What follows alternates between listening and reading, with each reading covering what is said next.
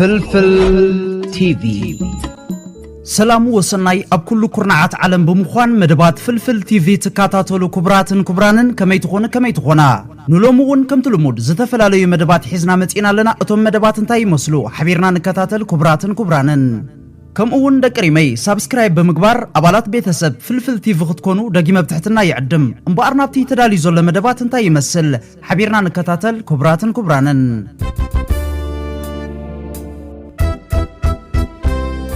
ወጋዓዊ ዝኽሪ ስርሒት ፈንቅል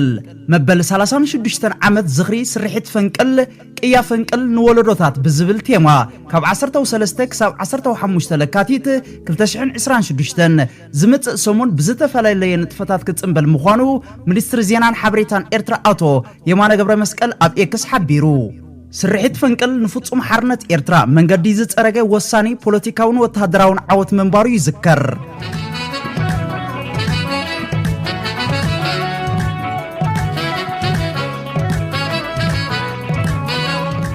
ስርሒት ፈንቅል ጀጋኑ ኤርትራውያን ተጋደልቲ ንሓርነት ኣብ ታሪኽ ወተሃደራዊ ግጥማት ዓለምና ሒደት መዳርግቲ ጥራይ ዝርከቦ ብመሬትን ባሕርን እጹብ ድንቂ ቅያ ዝፈጸመሉ ሓደ ካብ ብዙሕ መስተንክራት ሓርነታዊ ቃልስና እዩ እዚ ብውሕሉል ወተሃደራዊ ስልቱ ብበርቃዊ ቅልጣፊኡን ስፍሓት ሸፈኑኡን ንዓለም ዘገረመ ናይ መወዳእታ መሰረት መግዛእቲ ብምፍንቃል ሓርነት ኤርትራ ግድነት ምዃኑ ዘጋሃደ ወተሃደራዊ ስርሒት እዚ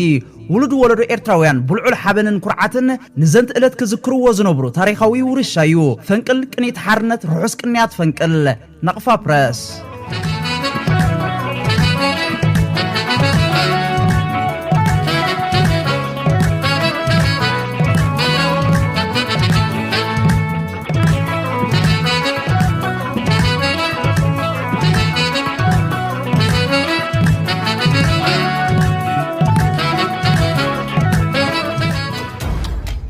لعلوت منسترات جبتن إيرتران أب كايرو خرخو بيوم بمسرة حبرية الكتم دبلوماساوي ركبات أسمران جبتن أبز حج أوان نحبراو استراتيجي متكال والتان خلتين هاجرات بوليتيكاوي دبلوماساوي بحدث أمدخ سرحان مسمر قعزوك أي بحاري بزلو العل استراتيجي ما أكل سحبت علماوي صلاو النوتن مركز بمقبار أب كربا جزي أب كايرو زكاي ركبات خلتين هاجرات أب بوليتيكاون وتهدراون دبلوماساون قطباون زمدناتات أسمرا أب هاجرات كرن أفريقيا زلو أبريخ صلاونت إزوزو بحيزو زلو تأفافي أهجراوي وتهدراوي متخخاباتن كايرون زهلوا تران أسمرا نزقربتو قوامي ندفي تسطان رجعتن زواق أي بحرن هلو كنتات هاجرات كرن أفريقيا أمريكتن كزاتيا إن كتب الحبيرة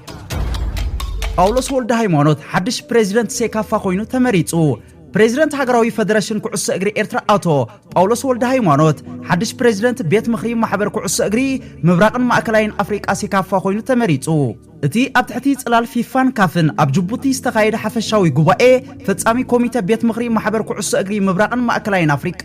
ሴካፋ ንኣቶ ጳውሎስ ወልደ ሃይማኖት ንዝመጽእ 4 ዓመታት ፕሬዚደንት እዚ ቤት ምኽሪ ኮይኑ ከገልግል መሪጽዎ ዘሎ እንኳዕ ሓጎሰና ደጊምና ደጋጊምና ኮንግራቹሌሽን ቱ ሚኒስተር ጳውሎስ ترى من إسيات قبل لمعات أبزتفلالي كولجات زسلطنو من إسيات أب كل مدبات لمعات تساتفوهم بقبري بمرققات نتي بخلص حساب زقسمو تمرتي أبايتا بقبري كسرحلو مرأي قبراونت زوها بتمرتي معركن دي وتسيتاوي يخون كم زلو زرقي أقات أميو من جي نقفا بريس الجريا مس إمارات عرب زقبرو تسمم مع قلقلوث أير سريزا الجريانتي بعصرته وسلسته جنبوت كل تشحن عصرته وسلستن مس إمارات عرب أبو ديابي تسمى معته بثلاثة حساس كل تشحن عصرته وأربعة ببريزيدنتاوي أوايز تصدق اسم مع قلقلوت أير المقرات أدلاين حقاون دبلوماساويان سقوم تثات كتوصل كم زجمرت أفليتا إذا سقوم تزين حباراوي تراك أير كلتين هاجرات من كسقات سعنت أيرن كتصلوا زخل كوينو أبزمدنا كلتين هاجرات زلو وطرن أمونغو نداو السخر زخيد زلو معبالا نتصور مرأيايو سعود عرب بإمارات تمويلو بمنقدي إثيوبيا زكايد زولو مسججار أطوارن 7 ناب سودان تتنقق سعود عرب بقصالي مسججار زي حقاوي أطوار ناب سودان بمخنان كم زعينة تكبرات نتي جيجت يناوحو سبقاوي قلولاو اتهاجر يعمقو كم زولون أتنققا منستر قدات وصاي سعود عرب أبزهابو وقعوي مقلتي نتي قلولاو بوليتيكاوي مفتحيكو وهابو بقلتي زدقف كنسو بوسنات ودبات زي حقاو أطوار ناب دقة سراويت ناب سودان بمقتاو نزقبرو وزولو قصالي تعرتات سكفتو قليتو نقفا بريس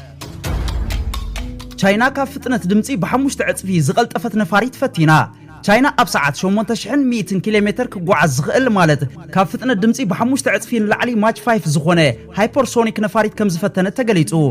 በዚ ዝለዓለ ፍጥነት እዚ ክጓዓዝን ከሎ እቲ ኣየር ከም ንቡር ኣየር ዘይኮነስ ከም ፕላዝማ እዩ ዝኸውን እዚ ድማ ኣዝዩ ሓያል ሙቐትን ጸቕጥን ስለ ዝፈጥር ነቲ ናይ ነፋሪት ናውቲ ስርዓትን ቁጽጽርን ክሳብ ጫፍ ይፍትንዎ እዚ ፈተና እዚ ኣብ ዓውደ ድራኸ ኤሮዳይናሚክስን ካብ ሙቐት ዝከላኸሉ ናውቲ ዓብይ ዕቤት ከም ዝተገብረ ዘርኢ እዩ እዚኦም ድማ ኣብ ስነ ሃንደሳ ህዋ ካብቶም ኣዝዮም ከበድቲ ብድሆታት ዝጥቀሱ እዮም እዚ ሃይፐርሶኒክ ቴክኖሎጂ እዚ ንመጻኢ ኣብ ዓለም ዝግበር ኣዝዩ ቁልጡፍ ጉዕዞታት ክጠቅም ዝኽእል እኳ እንተኾነ ሕጂ ግን እቲ ዛዕበየ ኣጠቃቅምኡ ንወተሃደራዊ ዕላማ እዩ ከምዚኦም ዝበሉ መሳርሒታት ብራዳር ንምልላይ ይኹን ንምዕጋት ኣዝዮም ከበድቲ እዮም እዚ ምዕባለ እዚ ስነ ሃንደሳ ህዋ ክሳብ ክንደይ ብቁልጡፍ ይረቅቅ ከም ዘሎን ብዛዕባ ፍጥነትን ስትራቴጂካዊ ሓይልናን ዘሎና ኣረኣእያ ይቕይር ከም ዘሎን ዘርኢ እዩ ናይ ነፋሪት ፍጥነት 8100 ኪሎሜትር ኣብ ሰዓት ማለት ንኣብነት ካብ ኣስመራ ናብ ኣዲስ ኣበባ ኣብ ውሽጢ 5 ወይ 6 ደቂቕ ጥራይ ክትበጽሕ ትኽእል ማለት እዩ ክሳብ ሰላም እትብል ድሮ በጺሕካ ትኸውን ልዑል ፍጥነት ስለ ዘለዎ ዝኾነ ነገር ደው ከብሎ ኣይክእልን ምንጪ ናቕፋ ፕረስ ቀጺለውን ክቡራንን ተኸታተልቲ ፍልፍል ቲቪ ብዛዕባ ፍልፍል ቲቪ ዝተፈላለዩ ሕቶታት ነይሩሞ ነቲ ሕቶታት ዝኸውን መልሲ ኣብ ዝሓጻር መደብ ተኸታተሉ ደጊመ ሰናይ ምክትታል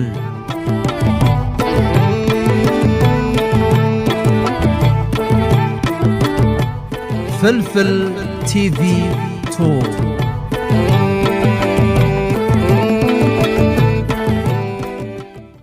ሰላም ወሰናይ ኣብ ኩሉ ኩርናዓት ዓለም ብምዃን መደባት ፍልፍል ቲቪ 2 ተከታተሉ ዝነበርኩም ክቡራንን ከመይ ትኾና ኣብ ዘለኹምሞ ሰላምን ፍቕርን ክትህልው በዓል ሙሉእ ተስፋ እንዳኾንኩ ብሰንኪ ዝተፈላለዩ ቴክኒካዊ ጸገማት ካብ ስራሕ ኣቋሪጻት ጸንሐት ፍልፍል ቲቪ 2 እንሆ ዳግማይ ናብ ስራሕ ተመሊሳ ከም ዘላ ብሓጎስ ከበስረኩም ይፈቱ ኣጋጢሙ ዝጸንሐ ቴክኒካዊ ጸገማት በዲህና ናብ ንቡር ስራሕና ንምምላስ ክካየድ ዝጸንሐ ጻዕርታት ሳላ ኩሉ ምትሕብባር ናይ ኩሉ ፈተውትን ኣድነቕትን ቤተሰብ ፍልፍል ቲቪ 2 ድሮ ተፈትሑ ከከም ዝመጾ ተኣልዩ ተጸሪጉ ስለ ዘሎ ከምቲ ንቡር ስራሕና ጀሚርና ምህላውና ክሕብር ይፈቱ ስለዚ ክቡራንን ተኸታተልቲ ሕጁን ዳግማይ ንዝመጽእ ተጻብኦታት ከም ወትሩ ድልዋት ኮይና ነቲ ሓቀኛ ምስልን ክብርን ሃገርና ንምንጽብራቕ ወትሩ ኣብ ስራሕ ከም እንነጥፍ ደጊመ ክሕብር ይፈቱ ሕጂ ንደልዮ ካባኹም ክቡራንን ተኸታተልቲ 50,000 ንኽትበጽሕ ሳብስክራይብ ኣይነውሕድ ናብ ኩሉ ሰብ ክባጽሕውን ሼር ኣይንሕመቕ ብዓብይ እውን ንቪድዮና ኣዝዩ ሓጋዚ ስለ ዝኾነ ልዕሊ 5,000 ላይክ ብምግባር ናብ ኩሉ ሰብ ክባጽሕ ደጊምና ኣስተዋጽኦና ክንገብር ደጊመ ብትሕትና ይዕድም እምበኣር ንሎሚ ኣዳሊልኩም ዘለኹ መደብ ፍልይ ዝበለ ኮይኑ ክሳብ በቲ ንቡርን ፍሉጥን ዝኾነ ስራሕትና ንምለስ ነዛ ኣገዳሲት ዝበልኩዋ መደብ ናባኹም ከብላኤ ደጊመ ሰናይ ምክትታል ኣብ ዘለኹምሞ ሰላምን ፍቕርን ንዓኹም ይኹን ክቡራንን ተኸታተልቲ ቀጺለውን ክቡራንን ተኸታተልቲ ፍልፍል ቲቪ ኣብ ዝሓለፈ መደብና ሓቢርናዮ ከም ዝነበርና እዛ ኣብ ዩቲዩብ ንሪኣ ዘለና ናይ ዩቲዩብ ቻነል 1,000 ሳብስክራይብ ንኽትበጽሕ ኣስታት 130 ተሪፍዋ ኣሎ እሞ ሃየ ከም ወትሩ ኢድካ ብምባል ሳብስክራይብ ጌርና 1,000 ክነብጽሓሎም ደጊሞም ብትሕትና ሓቢሮምና ኣለዉ እሞ ንሕና እውን ሓበሬቶም ሰሚዕና ናባኹም ኣቢልና ያለና ክቡራንን ስለዚ ኣብዛ ናይ ዩቲዩብ ቻነል ከይድኩም ሳብስክራይብ ብምግባር 1,000 ክተብጽሕሎም ደጊመ ብትሕትና ይዕድም እዛ ናይ ዩቲዩብ ቻነል ዝተፈላለዩ ንጥዕናና ዝምልከት ብኤርትራዊ ሓውና ዶክተር ትዳሎ መደብ ስለ ዝኾነት ከምዚ ዝኣመሰለ ኣዝዩ ንፍልጠትና ይኹን ንጥዕናና ሓጋዚ ዝኾነ መደባት ንዘቕርቡ ሳብስክራይብ ብምግባር ክንተባብዖም ደጊመ ልባዊ ምሕጽንታይ ከገድፈልኩም ይፈቱ ቀጺለን ኣብ ካልእ መደባት ከብለኩም ደጊመ ሰናይ ምክትታል ቅድሚ ናብቲ ኣዳልዮ ዘለኹ መደባት ምሕላፈይ ነዛ ዝመሰጠትኒ መደብ ናባኹም ከብል ደብሪ ዓዶቦይ እዚ ደብሪ ዓዶቦይ ሰጊደሉ ክሳዕ ቆርዓር ዓብራኸይ ደኒነሉ ክሳዕ ዝተሓዝ ሕቆይ ጸሎትን ሓይልን ሓዊሰ ተንፋስን ስጋን ሓዋዊሰ ታከይበልኩ ተመላሊሰ ደብረይ ከይዝኽትም እምነተይ ከይሐምም ኣነ ከሐምም መሪፀ ኣብቲ ደብሪ ተስፋ ዝህባሎ ተስፋ ዝመልእ ተስፋ ዝኸልኣሎ ተስፋ ዝጸልእ ኣነ ግን ነዚ ደብረይ ኣሚነሉ እንዳኣለይ ጥልዕ ጉንብዝ ዝበልኩሉ ኣሚን እምበር መዓስ ተገዲደ ሰጊድ ሰላም ኢለሉ ታይዳዮም እዞም ገለ ደሃዮም ኣብ ዘይሰምዓካ ደብሪ ኣይትመሃለል ኮይና ዘላ መውፂት ኣፎም ኤፍሬም ሃብተጽዮን ካብ መጽሓፍ ድሕሪ ዝናብ ኢአር ሜድያ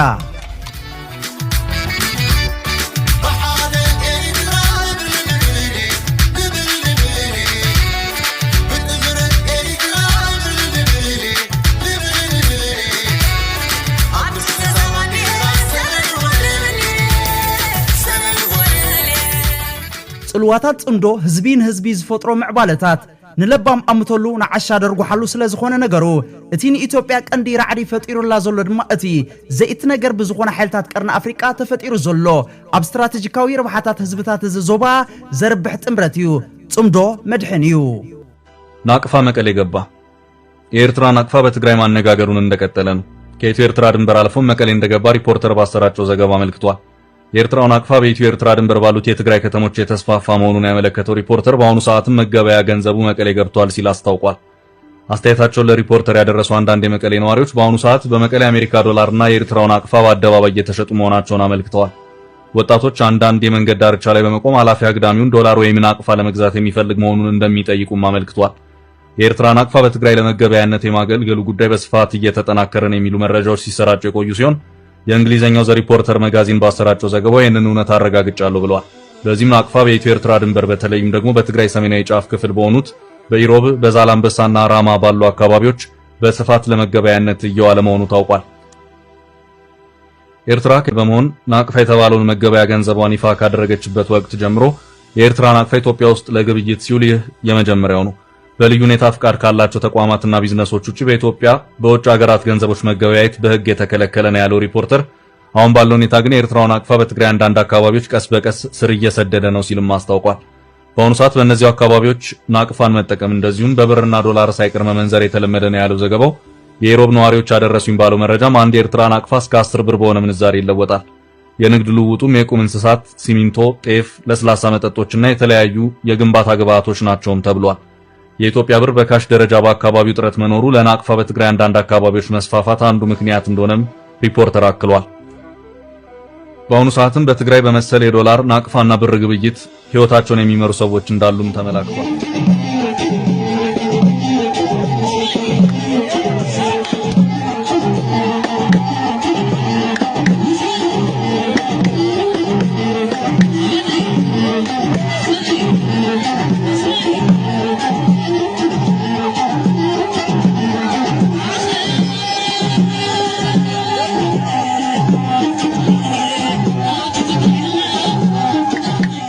ቀጽለውን ኩብራንን ተካታተልቲ ፍልፍል ቲቪ ሚኒስትር ዜና ኤርትራ ዘዳለው መደብ ናባኹም ከብል ሓሶትን ስልበጣን ከም ጥበብን ፖለቲካን መሪሕነትን መራሒ ጉጅለ ብልጽግና በ3 ለካቲት 2026 ከም መውጽኢ ጭንቆቱን ዝጥቀሙሉ አኺባ ባይቶ ወከልተ ህዝቢ ኣብ ዘስምዖ መደረ ነቲ ከም ጥበብ ፖለቲካን ኣመራርሓ ሕላገት ብልጽግናን ዝኾነ ሓሶትን ስልበጣን ካብ ዝኾነ እዋን ላዕሊ ኣድሚቕዎ ኣብቲን ኣስታት 4 ሰዓታት ዝቐጸለ ዝተሓተቶ ገዲፎ ሓሶት ኣብ ርእሲ ሓሶት ክድድረሉ ዝወዓለ መደረ ነቲ ብስነ ምግባሩን ክብርታቱን ዝልለ ብሰበ ስልጣን ኣዘዝ ሰራዊትን ብልጽግና ከይተረፈ እምብዛ ዝተናእደ ሰራዊት ኤርትራ ጸለሎ ብምቕባእ ኣብ መንጎ ጎረባብቲ ህዝብታት ነቃዕን ተፈጠረ ያኢ ብሓሶትን ጠቕነን ክውንጅሎ ፈቲኑ እዚ ትማል ህዝብን መንግስትን ኤርትራ ኣብቲ ፈታን እዋን ዝገበረልና ደገፍ ክንርስዕ ዝመስሎ እንተሎ ዓሻ ጥራይ እዩ ክብል ኣብቲ እዋን ኩናትን ድሕሪኡን ሰራዊት ኤርትራ እንዳሞጎሰ ንኣዘዝቱ ብኒሻናት ዘጌጸ ጉጅለ ነዚ ክስ እዚ ምቕራቡ ንነብሱን ዘለዎ ኩነታ ኣእምሮን ጥራዩ ኣቃሊዑ እቲ መደረብ ተወሳኺ ነቲ ብምኽንያት ልኡላዊ መስኮት ባሕሪ ኣብ ልዕሊ ኤርትራ ዘለዎ ብተረጋጋሚ ዝተጃሃረሉ ኣጽዋርን ክጓርተሉ ዝጸንሐ ናይ ኩናት ኣጀንዳ ርትዓዊ ንምምሳል ዝዓለመ እውን እዩ እስራኤልን ሮታታት ጎላጉል ዝተቋጻጸረት ንሃገራዊ ድሕንነታን ህላዊያን ስለ ዘገድሳዩ ክብል ዘቕረቦ ሙጉት ነቲ ዘንቀዶ ኣጀንዳ ብዝበለጸ ኣቃሊዑ ወሎ ሓሳውን ቆርበትን እንደሓደረ ይፎኩስ ከም ዝበሃል መጻወቲ ወረቀት ዝወደአ ዝነደየ ጉጅለን መራሒኡን ዝመሃዝዎ ድርዳር ሓሶት እምበኣር ዕላሙኡ ካልእ ዘይኮነ ኣብ መንጎ ጎረባብቲ ህዝብታት ቅርሕንቲ ብምፍጣር ዕድመ ስልጣኑን ምንዋሕዩ እንተኾነ ሰነፍ ነዳይ ፈራሕን ስሱዕን ኪኖዚ ክሓስብ ስለ ዘይክእል በዝናይ ዕሽነት ፖለቲካ ተደሪኹ ኣብ መጻወዲኡ ከኣቱ ዝኽእል የዋህ ዋላ ሓደ የለን ሚኒስትር ዜና ኤርትራ ኣብ መሬትና ዘለና ስታይ ግበሩ እዩ ዝብለና መሬትና እንደኮነ መሬትና ይቦታትና ንስኻ ገና ይጽገብካይ እንደኻ ዘለኻ ስራዓት ይካባጽንሓና እምበር ንሕናስ መሬትና ወይ ሞት ገፋ ቢልዎም ኣቋሚዳን ኣባብልሓቱ ደርሆም ነው ኮይን ኣማሂነት ኣብ ዘይ ሰዓቱ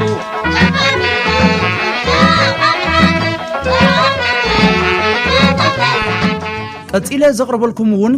ኩብራንን ተኻታተልቲ ፍልፍል ቲቪ ጀውሃር መሐመድ ንሓሶታትን ጸለመን ህፃን በሻሻ መልሲ ሂቡሉ ይኸውልህ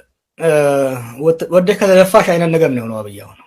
አሁን ባለፈው ዛሬ ወር አካባቢ ጻፍኩ ነበር የአፍሪካ ቀንድ ሀገራት በተለይ ኢትዮጵያ ሉዓላዊነቷን አሳልፋ ሸጣለች ለኢምሬትስ አብይ ባሁን ባለው አቅምና ባለው ቁመና ከትግራይ ኃይሎችም ከኤርትራም ጋር የመዋጋት ቁመና የለውም ፍላጎቱም የለውም ነገር ግን ኤምሬት ጦርነቱን ትፈልገዋለች ለምን በለኝ በሳውዲ ድጋፍና በሌሎች በቱርኮች ድጋፍ በግብጾች ድጋፍ የሱዳን ጦር ኃይል በሳውዝ ኮርዶፋን ላይ እየገፋ እየመጣ ነው ያንን ዲፍሌክት ለማድረግ ያንን ለማስቀየስ የሸማቂ ኃይሉ ወይ ደግሞ የአማጺ ኃይሉ የአርኤስኤፍ የሐመቲ ጦር ደግሞ ጫና መፍጠር መቻል አለበት በኢትዮጵያ ድንበር በብሉ ናይል አካባቢ በኢትዮጵያ ውስጥ የሰጠው ወታደሮች ጥቃት ከፍተዋል ያ ብቻ በቂ አይደለም የአርኤስኤፍን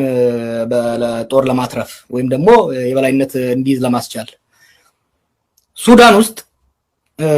እየተንቀሳቀሱ ያሉ ከዚህ በፊት አይ ቲንክ አርሚ 70 ነው የሚባሉ መሰለኝ የህወሓት ተዋጊዎች አሉ ኢትዮጵያ ውስጥ ጦርነት በማስከፈት አንድ የህወሓት ጦር ወደ ኢትዮጵያ ፎከስ እንዲያደርግ እንዲሁም ደግሞ የኤርትራ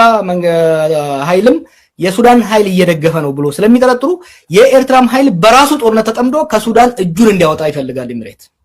ኤምሬት አብይ እንደምንም አድርጎ ሰሜን ኢትዮጵያ ላይ ጦርነት እንዲጀምር እየገፋቸው ነው ይሄ ባለፉት ወራት እየገፉ ነበር ሪዚስት እያደረገ ኳሷን እያንደባለ ነበር አሁን ግን አርኤስኤፍ ከፍተኛ ጫና ውስጥ እየገባ ስለሆነ በተለይ ደግሞ ሳውዲ ኃይሏን ጨምራ ከመጣች ወዲህ የሱዳን አማጺ ከፍተኛ ጫና ስር ስለገባ ያንን ጫና ለማቃለል የግድ ኢትዮጵያ ውስጥ ጦርነት መጀመር አለባቸው ምን አሁን ቅድም መጨረሻ ላይ ስላነሳው እንጣለ ለምንድነው ሰሜን ሸዋ የአማራ ክልል ሰሜን ሸዋ ኦሮሚያ ሰሜን ሸዋ ወሎ ላይ ሰሞኑን ኢንተርኔት አጥቶ ከፍተኛ የአየር ድብደባ እየተካሄደ ያለው ሰላሌ ላይ ምዕራብ ሸዋ ላይ ደቡብ ምዕራብ ሸዋ ላይ በኦሮሚያ ውስጥ ይሄ እየተደረገ ያለው ማለት ነው የላኛውን ጦርነት ከትግራይ ኃይሎችና ከኤርትራ ጋር ጦርነት ከገባው አዲስ አበባ ቅርብ ያሉት አማጺያኖች ጫና እንዳይፈጥሩበት አስቀድሞ የማዳከምና የማቃለል ስራ ነው እያደረገ ያለው ብዙ አሁን በስፋት በዲፕሎማቶች ወገን እየተወራ ያለው ከአፍሪካ ዩኒየን ስብሰባ አይ ቲንክ ከሳምንት በኋላ ያ ከተጠናቀቀ በኋላ ወደ ጦርነት እንገባለን የሚል ነገር ነው እየተናገሩ ያሉት የአብይ መልእክተኞች ማለት ነውና አሁን የምታየው አብይ ሳይወደው በአዛዦቹና በአሽከርካሪዎቹ የኤምሬት ሰዎች ተገፍቶ ወደ ጦርነት እየገባ መሆኑን ምናምን አብይ አህመድ ኣብ ልዕሊ ትግራይ ናይ ዘካየዶ ዝሃቦ ናይ እምነት ቃል ተሓታትነት ንኻለ አካል ይሕሊፍካ መሃብ ኣይፍቅድን አብይ አህመድ ኣብ ቀረባ መዓልታት ኣብ ፓርላማ ኣብ ዝገበሮ ዝርርብ ንናይ ትግራይ ንዘይሓወየ ቁስሊ ኩናት ዕንፀይቲ ሰዲዱሉ ኣሎ አብይ መጀመሪያ ጊዜ ኣብ ልዕሊ ህዝቢ ትግራይ አሰቃቂ ገበን ኩናት ምፍጻሙ በቃል ዓሚኑ ኣሎ እንተኾነ ግዳ ሓላፍነት ክወስድ ዘይኮነስ ነቲ ናቱ ኩሉ ክፉኡን ህልቂትን ናብ ወታደራት ኤርትራ አጸጊዕዎ ኣሎ ወሲኹ ነዚ ኩሉ ኣብ ልዕሊ ህዝቢ ትግራይ ዝፈጸሞ አርሜናዊ ተግባራት መንግስቲ ኢትዮጵያ ንዝሓለፈ 3 ዓመታት ክጉስጉሰሉ ካብ ዝጸንሐ ጉዳይ ኣፍ ደገ ባሕርን ላዕሊ ምስ መንግስቲ ኣስመራ ዝተፈጥረ ዘይምርድዳእ እቲ ቀንዲ መበገሲ ጉዳይ ምዃኑ ተዛሪቡሉ ኣሎ መብዛሕትኡ ናይዚ ይግባእኒ ሕቶታት ትክክለኛን ሓቅነትን ምጥርጣር ጉብኡ እንተኾነ ናይ አብይ ናይ እምነት ቃልን መግለጽን ገበናት ንኻልኦት አካላት ይሕሊፍካ ናይ መሃብ ፈተነታት ከም ዘለዎ እንተንቅበሎውን እቲ ቀንዲ ሕቶ ሕጅውን ኣይተመለሰን እዚ ጉዳይ እዚ ንአብይ ካብ ተሓታትነት ነፃ ይገብሮ ድዩ እቲ መልሲ ኣይኮነኒ ዝብል ናይ አብይ ዘረባ መንግስቲ ኢትዮጵያ ንነዊሕ እዋን ክኽሕዶ ንዝነበረ ሓደ ጉዳይ መደምደምታ ንምግባር ዝሕግዝ እዩ ኣብ ልዕሊ ብርጌስ ተጋሩ ጃምላዊ ጭፍጨፋ ከም ዝተፈጸመ እዚ ቀሊል ናይ እምነት ቃል ኣይኮነን ኣፍልጦ መሃቡ በይኑ ናይ ተሓታትነት ሕቶ ዝፈትሕ ኣይኮነን ነቲ ገበን ናብ ካልኦት ኣካላት ከጸጉዕ እኳ እንተፈተነ ኣብቲ እዋን ኩናት ንዝተኸተሎ መሪሕነት እቲ ቀንድን ተሓታትን ይገብሮ ሓርፋፍኮና ኸመቦ ጨጎራ ከልቢ ተቐይርክ ተሪፍኩም በርጭራ ከልቢ ተቐይርክ ተሪፍኩም በርጭራ بمجمري أبي ناي ولك ملاخنت سلطان نمدلدال دليتون بوليتيكا وشغورن طليفهم نخوسدون نابوز حكينات حد نزقتو ناي بوليتيكا حشويه مرح نخخون غيرو الله كلا أي درجة دحري كل تشحن 18 عامة مهرت مس إيرتراس تجبره مقرراب ناي حوارو سلام كلتي حزبتات كدن فعلو زغبو أقات أميتات قبل التجراي ناب زعلمه حتصير الرأي نابزلو وتهدراو سممعنت كيرو بسالساي درجة أبي كلمة تخويناتن دحر تخويناتن قبل على حزب تجراي استجبر كل مداي أنصار سب أو نت حلفنت الشكملو بناي أبي أزراربان أبتحت منقسي إثيوبيا بزركبو مراقبي بوزهانن تلقي بستمول أو غوسغواسات كوينات سلطان بمهابن مرزام زخونه بروباغاندان غوسغواسن كمزلوم دوغيريو زهوا هوزي جاملاوي متقعتين مفصام زخل طرح زيكونه ببوليتيكاو أرأياون تقبلنت كلو كمزلو غيرويو ሓላፍነት ክወስደሎም ዝግብኦም ስጉምትታት ጥራይ ዘይኮነ ንዝስጉሙ ኣባህላታት ኮነ ተባሂሎም ስቕታን ዝተመርጸሎም ጉዳያት እውን ተሓታትነት ይኸትል እዩ እዚ ብመጽሓፍቲ ዝንገር ጽሑፍ እውን ናይ ቀደም ታሪኽ ዘይኮነ ቅድሚ ቁርብ ዓመታት ዝረአ ዘሎን ሕጂ እውን ኣብ ውሽጢ ህዝቢ ዘሎ ህያው ዝኾነ ሓቂ እዩ ብራብዓይ ደረጃ አብይ ሕጂ ኣብ ልዕሊ ንጹሃን ተጋሩን ዝተፈጸመ ግፍዒ ንሓይልታት ኤርትራ ይወቅሳሉ እንተኾነ ኣብ ግዜ ኩናት ወተሃደራት ኤርትራ ናብ ኢትዮጵያ ዝኣተወሉ ብዕድመ መንግስቲ ኢትዮጵያ ምዃኑን ንልኡላውነት ኢትዮጵያ ከም ዝጠሓሱን አብይ አሕመድ በዓሉ ደጋጊሙ ገሊጽዎ ነይሩ እቲ ጌጋታት ናብ ኤርትራ ምጽጋዕን ንዕኦም ምዕዳምን ካብቲ ክመጽእ ዝኽእል ተሓታትነት ናጻ ክገብሩ ኣይክእልን እዩ እዚ ኸኣ ንሰናይ ዝኾነ ናይ ሰላም ዕድላት ኣብ ልዕሊ ህዝቡ ናብ ዝዓለመ ናይ ሓባር ወተሃደራዊ ወፍሪ ቀይሩዎ እዩ ደጋጊመ ከም ዝገለጽኩ ኣብ ትግራይ ኮነ ኣብ ካልኦት ክፋላት ኢትዮጵያ ኣብ ልዕሊ ሰላማዊ ህዝቢ ዝፍጸም ገበናት ብኩሎም ኣብቲ ኩናት ናይ ዝተሳተፉ ወገናት ተፈጺሙ ኣሎ እቲ ፍሉይ ዝገብሮ ዝተፈጸመ ዓይነት በደላትን ደረጃታትን እዩ እንተኾነ ሓደ ሓቂ ግሉጽ ክኸውን ኣለዎ ኣብ ልዕሊ ህዝቢ ትግራይ ዝተፈጸመ ገበናት ብዙሕ ኣካላት እኳ እንተ ኣሳተፈ አብይ አሕመድ ግን እቲ ቀንዲ ተሸካምን ተሓታትን ናይዚ ኩናት እዩ አብይ ነዚ ኩናት በኣላይነት መሪሕዎ ጥራይ ዘይኮነ መሪሑን ተሳቲፉሉን እዩ ነቲ ዝተኻየደ ኩናት ብምምርሑ ዝኾርዕ ብምዃኑን ከምኡ እውን ናይቲ ኩናት ላዕለዋይ ኣዛዚ ዘይቋርጽ ጎስጓሳትን ከም ምዃኑ መዓልቲ ፍትሒ ምስ መጸት አብይ ኣብ መዝገብ ናይ ተኽስእቲ አውራን ቀንድን ተሓታቱ ኮይኑ ኣብ ቅድሚት ክቐርብ እዩ እቲ መዓልቲ ፍትሒ ክሳብ ዝመጽን ሰላምን ፍትሕን ደው ዝብል ኩሉ እቲ ናይ አብይ ናይዚ ቀረባ ግዜ ጥርዓናት ካብ ተሓታትነት ንምህዳም ዝግበር ገበናትካ ንኻልኦት ናይ ምሽካም ሸጣራ ንብድሕሪ መጋረጃ ዘሎ ዕላማ ክርድእዎ ኣለዎም እዚ ናይ ጣዕሳ ተግባር ዘይኮነ ንመዳለዊ ካልእ ኩናት ክበሃል ሓድነት ከም ብሓድሽ ንምቕራጽ ዝዓለመ ሓደገኛን ከፋፋልን ስልቲ እዩ ንከምዚ ዝኣመሰለ ብኣብን ደገፍቱን ንዝግበሩ ምንቅስቃሳት ምቆዋምን ምፍሻልን ይግባእ ንተወሳኺ ጌጋታት ንምክልኻል ኣብ ልዕሊ ከም ብሓድሽ ዝተዓሸጉ ድርሳናትን ብዝተፈብረኹ ጽልእን ንቑሕ ምዃን ይሓትት منشي نقفة بريس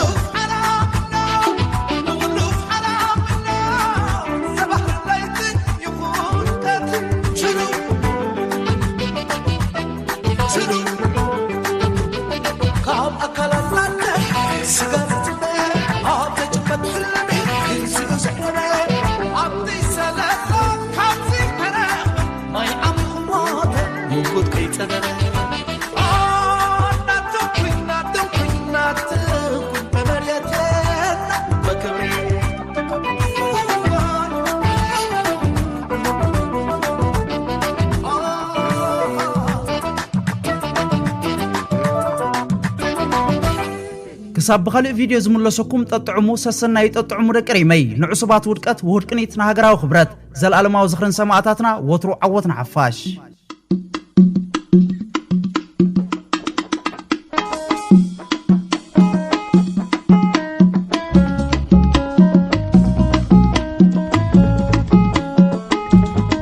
فلفل تي في